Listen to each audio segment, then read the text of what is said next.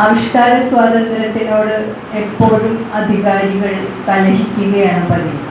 അത് ആര് അധികാരത്തിൽ വന്നാലും ചെറുതായിട്ട് അധികാരത്തിനെ ചോദ്യം ചെയ്യുന്നുണ്ടോ എന്ന സംശയം തോന്നിയാൽ ഉടനെ അധികാരികൾ അവരുടേതായ മർദ്ദന ഉപകരണങ്ങൾ ഉപയോഗിക്കും.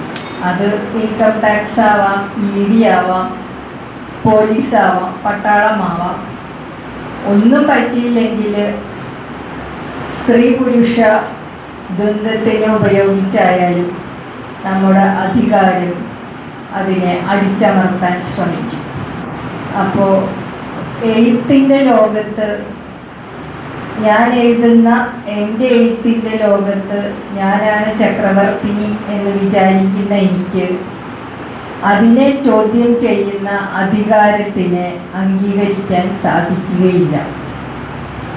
അതുപോലെ തന്നെയാണ് സിനിമയുടെ കാര്യമായാലും രാഷ്ട്രീയ പ്രവർത്തനങ്ങളുടെ കാര്യമായാലും സാംസ്കാരിക പ്രവർത്തനങ്ങളുടെ കാര്യമായാലും ഒരു ജനാധിപത്യ രാജ്യത്ത് ആവിഷ്കാര സ്വാതന്ത്ര്യം, അഭിപ്രായ സ്വാതന്ത്ര്യം, സഞ്ചാര സ്വാതന്ത്ര്യം ഇതൊക്കെ തന്നെയും നിർബന്ധമായിട്ടുള്ള കാര്യങ്ങളാണ്.